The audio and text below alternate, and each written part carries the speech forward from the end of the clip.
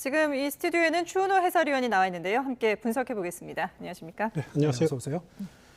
네, 어젯밤 TV 토론 때까지만 해도 이렇게 전격적으로 단일화 기자회견을 몇 시간 뒤에 할지는 예상한 분이 거의 없었을 것 같은데요. 그렇습니다. 네, 글자 그대로 전격적이었습니다. 그렇습니다. 저도 어제 그 TV 토론을 보면서 맨 마지막 발언이 안철수 후보 발언이었습니다. 예. 그래서 네. 혹시나 1분 30초 발언 동안에 안철수 후보가 단일화에 대해서 전격적으로 뭘 하는 것 아니냐? 마지막까지 기대를 또 관심을 갖고 봤지만은 네. 전혀 이야기가 나오지 않았는데 오늘 아침에 일어나 보니까 예. 대부분의 시청자 여러분들 마찬가지일 겁니다. 그러게요. 꺼져가던 단일화가 갑자기 그 합의가 전격적으로 합의가 됐다. 그러니까 네. 간밤에 많은 일들이 진행이 된 거죠. 그 후보 두 사람이 2시간 반 동안 만나서 오랫동안 회담을 했고 예. 또 그 전에 양측의 대리인들이 또 그러니까 장제원, 이태규 의원이 접촉을 했었고 또 오늘 아침에 단일화 그 발표나기 전까지 또 서로 의견 교환이 있었고라고 하는 그 과정을 겪은 끝에 오늘 8시 조금 전에 전격적으로 예. 단일화 합의문을 발표하게 이르는 것입니다. 앞서서 이제 윤석열 후보가 그런 질문에 누가 먼저랄 것도 없이 서로 소통을 했다라고 얘기를 했습니다만은 그래도 그 동안에도 안철수 후보하고 직접 이렇게 소통할 수 있는 기회가 있었다면은 좀 더 빨리 되지 않았을까라는 아쉬움이 있다라는 표현도 하기도 했거든요.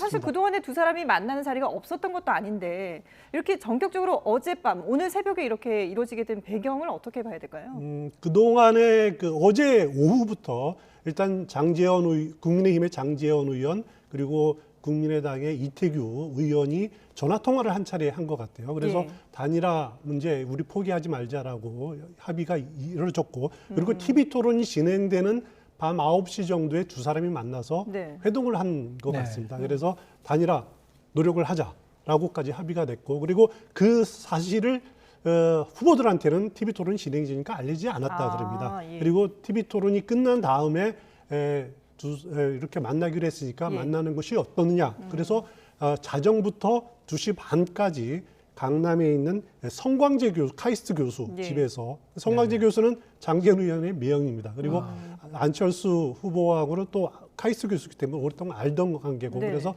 거기서 2시간 반 동안 큰 틀에서 합의가 이루어져서 있었고 이게 어떻게 보면 그동안 안철수 후보의 의사를 놓고 단일화 결렬서를 놓고 벼랑 끝 전술을 넘어서 이제는 끝나는 거다라고 하는 분석이 일반적이었습니다만은 그래도 안철수 후보는 그동안의 여론조사에서 자기 지지율이 전혀 오르지 않는 부분들 그리고 어떻게 보면 이제 그동안 지지했던 임명진 목사라든가 원로들 여러분들이 또 지지를 철회하는 모습들 그렇죠. 예. 또 당에서 어떻게 보면은 이제 분란이 일어나는 모습들 이런 것에 위기의식을 느꼈을 수도 있습니다. 네. 그리고 윤석열 후보 측에서는 끊임없이 단일화만큼 좋은 그 선거의 호재가 없거든요. 예. 그걸 위해서 계속 미련을 갖고 접촉했던 것이 결국 단일화로 이뤄지는 결과를 낳은 것 같습니다. 네, 이 단일화 시점의 의미 그리고 파장에 대해서는 조금 뒤에 계속 또 얘기를 이어가고요. 오늘 이제 기자회견문과 질의응답 내용을 보면은 여러 가지 주목할 만한 내용들이 있었습니다. 하나하나 좀 정리를 해볼까요? 네. 일단 오늘 그 두 사람의 단일화 문구를 보면은 두 사람이 만들고자 하는 정부, 그를 미래지향적이고 개혁적인 국민통합정부다라고 이렇게 규정을 했습니다. 예. 그래서 이것을 미래정부, 개혁정부, 실용정부, 방역정부, 통합정부 5가지 원칙을 제시했는데 이것을 이 정부를 통합정부를 구축하기 위해서는 먼저 인수위부터 같이 협력을 하고 네. 그리고 정부 운영도 같이 공동으로 운영한다. 공동정부 그렇죠. 꾸려가겠다. 그러니까 인사권도 같이 하고 네. 같이 행사하고 그리고 공약도 서로 조정을 해서 만약에 새 정부를 구성하게 되면은 거기에 국정 과제들을 이제 같이 만들겠다라고 하는 그런 의지가 담겨져 있는 거고요. 예. 그리고 빠른 시일 내에 대선이 끝난 다음에 그 합당을 예. 절차를 한다라고 이렇게 합의가 이루어졌습니다. 그러면 빨리 합당이 이루어지면은 지방선거 전까지 합당이 이루어질 거고 그러면 지방선거에서는 공동의 후보를 낼 수가 있는 거죠. 물론 이제 최고위원은 어떻게 한다라든가 공관위를 어떻게 구성한다든가 이런 부분까지는 오늘 세세하게 발표가 되지는 않았습니다만 일단 합당을 신속하게 한다라고 하는 큰 틀에서는 합의가 이루어진 것 같습니다. 예. 그리고 안철수 후보가 그러면 과연 어떤 역할을 맡게 되느냐 네. 공동정부에서 그 부분에 대해서는 뭐 구체적으로 총리를 맡게 된다, 뭘 언제 맡게 된다라고 하는 부분들은 언급하지는 않았습니다만은 예. 안철수 후보가 기자회견에서 상당히 의미심장한 말들을 예. 했었죠. 예. 자신이 정치를 10년 동안 했지만은 어떻게 보면 행정적 행정 능력을 행정적 보여주기를. 업무를 예. 실행할 기회를 갖지 못했다. 그러게요. 예. 그래서 대한민국을 더 나은 미래로 만들기 위한 실행력을 증명할 거다라고 한 걸 보면은 나름대로 공동정부에서 어떤 역할, 뭐 네. 총리가 될지 무슨 장관이 될지 모르겠습니다만 그런 역할을 기대하고 있고 또 원하고 있는 것이 아니냐라는 예. 의중을 이렇게 은연중에 또 드러내기도 했습니다. 예. 물론 이게 지금 그 대선에서 승리할 경우를 상정해서 이러한 이제 플랜을 이제 제시하는 거겠죠. 물론 그렇습니다. 이제 안철수 후보도 이 단일화 자체가 승리를 담보하는 것은 아니다. 예. 앞으로도 이제 노력해야 된다라고 얘기를 했습니다만 여러 가지 뭐 내용을 보면은 뭐 지금 말씀하신 대로 뭐 공동정부부터 이 선거 직후 이제 합당까지 상당히 큰 틀에서 양측이 이제 이런 그 합의를 이뤘고요. 특히 이게 뭐 조건 없는 어떤 그 단일화 그리고 어떤 뭐 나눠먹기식이 아닌 단일화 이런 것을 좀 강조하기 위해서였는지 좀 가치 연대를 좀 그런 강조하는 부분이 있었죠. 그렇습니다. 왜냐하면은 이게 그 선거전 막판에 이루어지면은 네. 그 정치 집단 간의 야합 혹은 그 어떻게 보면 이권 나눠먹기 아니냐라고 예. 하는 비판적인 시각 틀림없이 있을 겁니다. 그리고 네.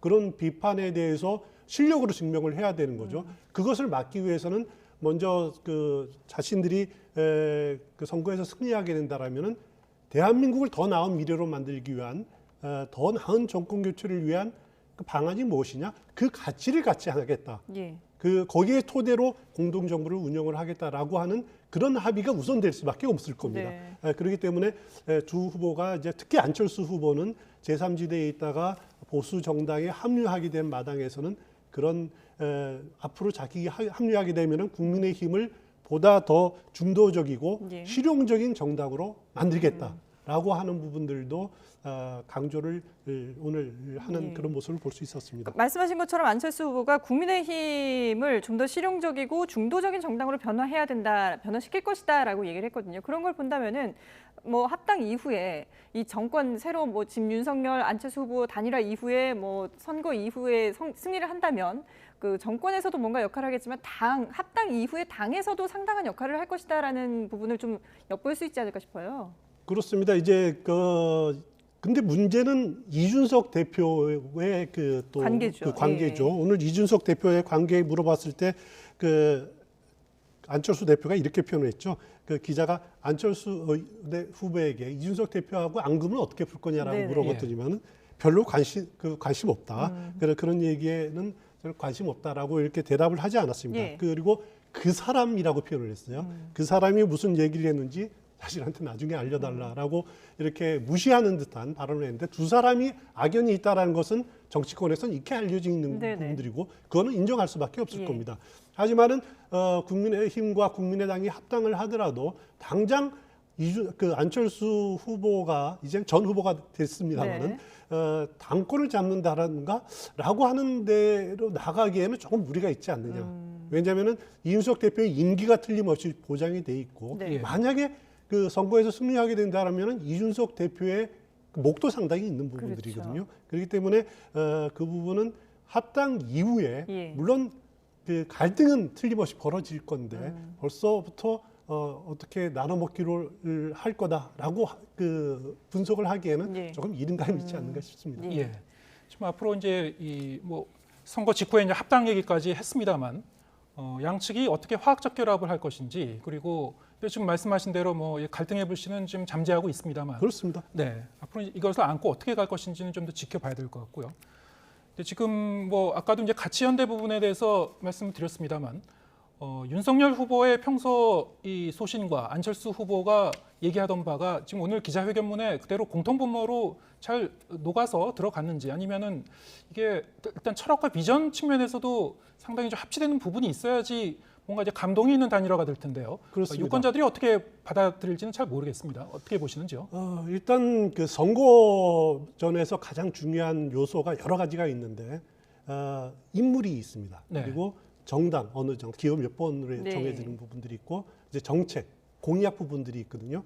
네, 그런 부분들은 가장 선거의 기본적인 요소지만은 이제 선거전이 좌우하는 더 기본적인 요인은 뭐냐면은 구도입니다. 구도. 예. 그러니까 다자 구도냐, 양자 구도냐, 삼자 예. 구도냐라고 하는 부분들인데 일단 야권 단일화를 했다라는 것은 선거 구도가 상당히 단순하죠. 됐다. 물론 네. 정의당이 아직 남아 있기 때문에 삼자 구도로 진행될 것으로 보이지만은 그럴 경우에 이제 구도가 정리가 되기 때문에 정권 교체를 바라는 그 여론들, 민심들이 어떻게 보면은 상당히 결집될 야권 후보 단일 후보로 결집될 그 토양은 마련됐다라는 네. 생각이 듭니다. 예. 그리고 또 하나는 선거 마지막 판에 구도보다 더 중요한 것이 바람입니다.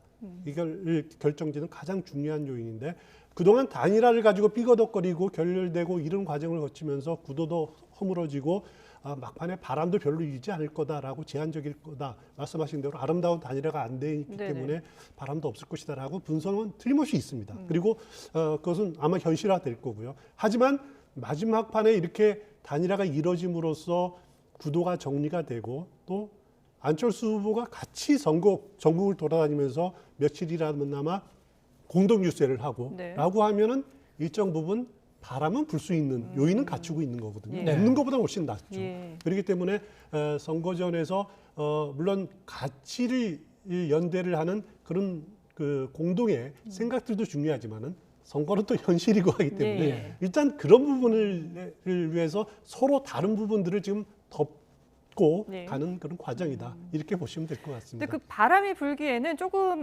시기적으로 아쉬운 부분이 있는 것이 내일부터 바로 또 사전 투표가 시작이 그렇습니다. 되잖아요. 그러니까 그렇습니다. 뭐 선거 유세 전에 두 사람이 같이 나서는 모습을 보여주기에는 좀 시간적으로 한계가 있지 않을까라는 생각도 드는데요.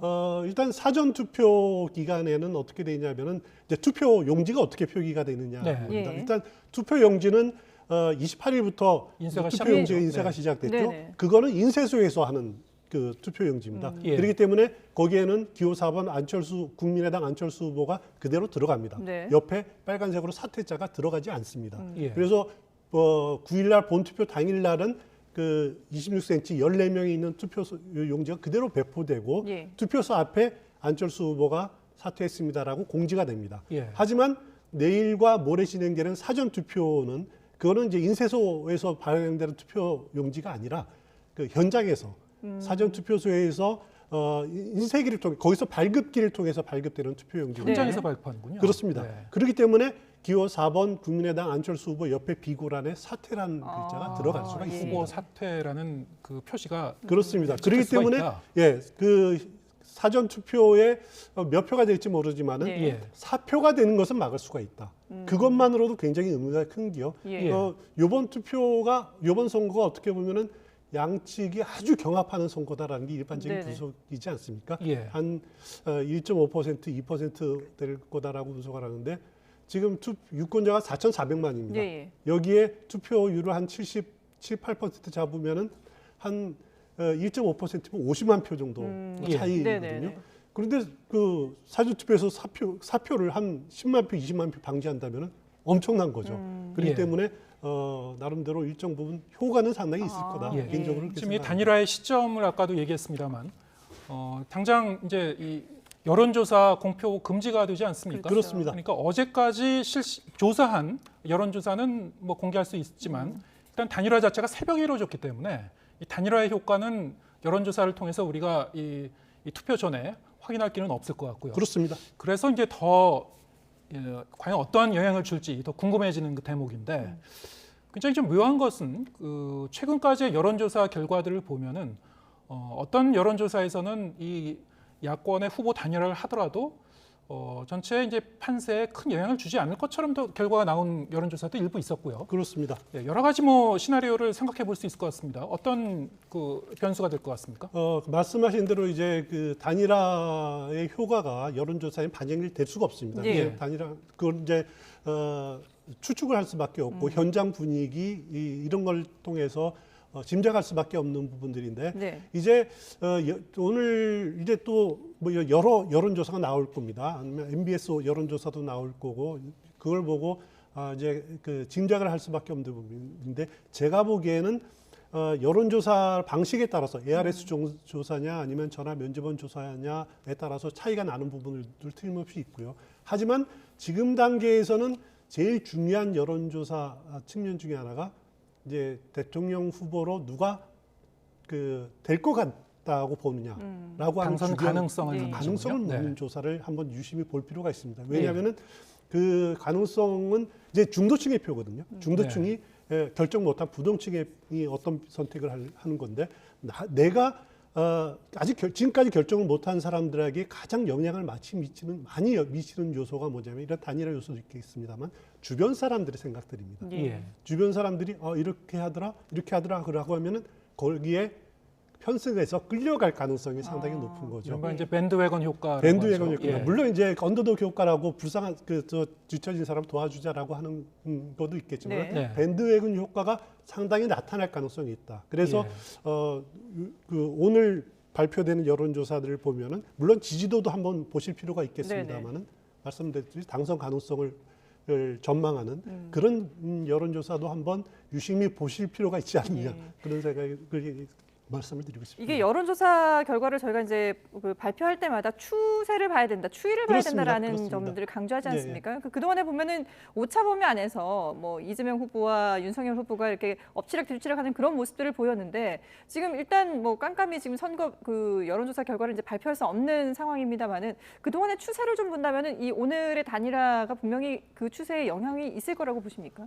그렇습니다. 그동안 이번 주 중에 발표된 여론조사를 보면은 아주 박중에서 윤석열 후보가 약간 앞서는 조사가 많았습니다. 그렇지만은 추세를 보면은 이재명 후보가 또 서서히 올라가는 상승세가 좀 더 그래서 민주당에서는 골든 크로스가 이루어진 것 아니냐라고 하는 기대감을 갖고 있는 것도 사실이었는데 예. 하지만은 이 단일화 변수가 지금 막판에 벌어짐으로써 민주당으로서는 상당히 그런 기대가 무산될까라고 하는 위기감을 가질 수밖에 없는 거죠. 예. 그런데 민주당으로서 그렇기 때문에 더 많은 그 지지층들이 결집될 그런 효과로 작용할 수도 있습니다. 예. 그렇기 때문에 선거 결과를 지금 뭐 예단한다는 것은 지금 의미가 없는 거고요. 한 며칠 남은 기간 동안에 서로 어떻게 지지층들이 결집하느냐, 그리고 아직까지 결정하지 못한 부동층들의 표를 누가 더 호소력 있게 설득을 해서 잡아 끊느냐, 이 싸움이 아닌가 싶습니다. 예. 과거의 대선들을 보면은 이 단일화를 통해서 이 전체 구도가 좀 달라지고요. 선거 과정에서 그것이 이제 대선 결과에도 영향을 끼치는 뭐 그런 경우가 종종 있었죠. 그렇습니다. 항상 단일화라는 것이 우리에게는 우리 대선에서는 굉장히 중요한 변수로 작용할 수밖에 없었습니다. 결선 투표제가 없는 마당에서 그럴 수밖에 없었는데 이제 남은 문제는 뭐냐면은 과연 정의당 심상정 후보가 그러면 어떻게 되느냐. 일단 여권에서는 김동연 후보가 이재명 후보 지지를 선언하고 단일화가 이루어졌고 네. 또 야권에서는 안철수 후보가 윤석열 후보를 겨냥해서 지지를 해서 단일화가 이루어졌는데 그러면은 심상정 후보가 끝까지 갈 것이냐 아니면은 이재명 후보를 지지하고 진보 개혁 진영의 단일화를 이룰 것이냐라고 하는 부분이 지금 이제 정의당과 심상정 후보가 마지막 고민하는 부분일 겁니다. 네. 저는 그 가능성이 완전히 닫혀 있다라고 생각은 되지는 않고요. 지금까지 심상정 후보가 대선에 이번이 4번째 도전 아닙니까? 예. 한 차례는 당내 경선에서 패배를 했었고 또 한 차례는 2012년 대선 때는 중간에 그 문재인 후보를 당시 지지를 했었죠. 그리고 지난 대선에서는 완주를 했었고, 그러니까 한 번 그 후보 단일화를 위한 사태 한 번 완주입니다.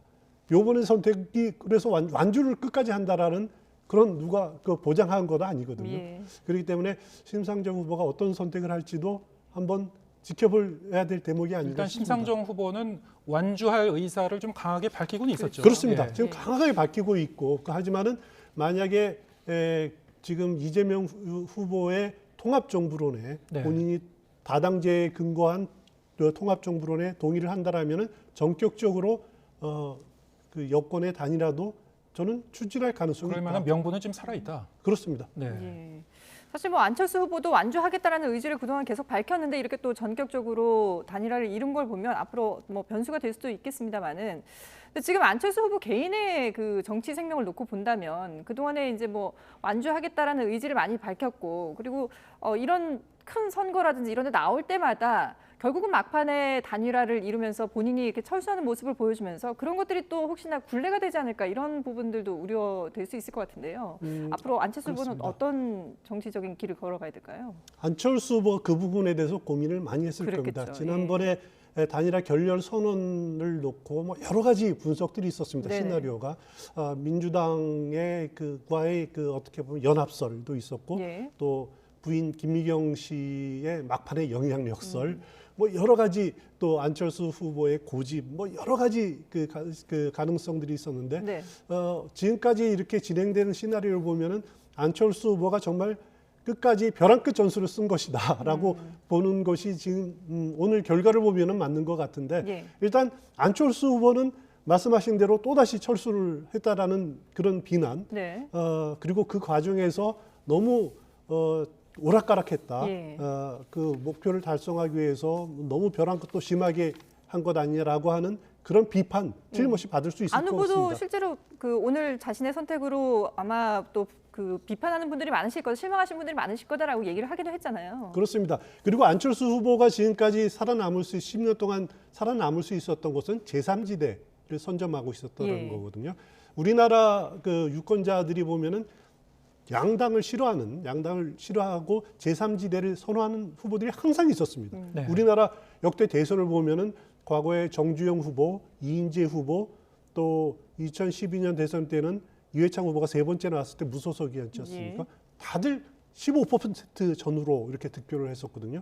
안철수 후보가 유일하게 지금 제3지대 후보로 이제 선점하고 있는 네. 그 선점을 본인이 내려놓겠다라는 거죠. 어떻게 보면은 국민이 보수 정당에 합류함으로써 제3지대라는 것이 이제는 사라지게 된 부분들인데 그런 것이 본인의 정치적인 존재 기반을 바꾸는 말을 갈아타는 그런 입장에서 네네. 과연 보수 정당에 안착할 수 있을지 지켜봐야 예, 될 터입니다. 알겠습니다. 네, 오늘 아침 전격적인 야권 단일화 이후에 민주당 측도 본부장단 회의를 긴급 소집하고 이제 대응에 나서는 모습인데요. 24시간 비상체제로 전환한다는 발표가 있었습니다. 자, 이렇게 되면 이제 더불어민주당 측도 이제 뭐 지금 긴장하는 그런 모습이 좀 역력한 것 같은데 어떻게 들으셨습니까? 그렇습니다. 그 민주당으로서는 지금 당장 내놓을 그 뾰족한 방법은 없을 겁니다. 그래서 선거운동 기조를 인물론 이재명 후보가 유능한 경제 대통령이라는 강점을 내세우는 그 인물론 기조를 계속 유지하겠다. 그러니까 현재와 같은 선거운동 방법을 유지하겠다라고 하는 입장을 밝혔고요. 예. 민주당으로서는 야권 단일화를 통해서 민주당 지지자들이 좀 더 결집되고 더 선거에 좀 많이 나오기를 기대를 하는 네. 그리고 그동안에 민주당을 지지하다가 전통적으로 민주당을 지지하다가 문재인 정부에 실망을 하거나 조국 사태 때 등을 돌린 개혁적이었다가 등을 돌린 층들 그리고 또 경선 과정에서 이낙연 후보를 지지하다가 아직까지 돌아오지 않는 네네. 그 층들 호남 유권자들 그 두 층을 결집하는데 그 남은 선거 6일 동안의 선거전 역량을 결집할 수밖에 없는 그런 상황일 겁니다. 예, 알겠습니다. 네, 지금까지 안철수, 윤석열 후보의 단일화 관련해서 추은호 해설위원과 함께 얘기 나눠봤습니다. 잘 들었습니다.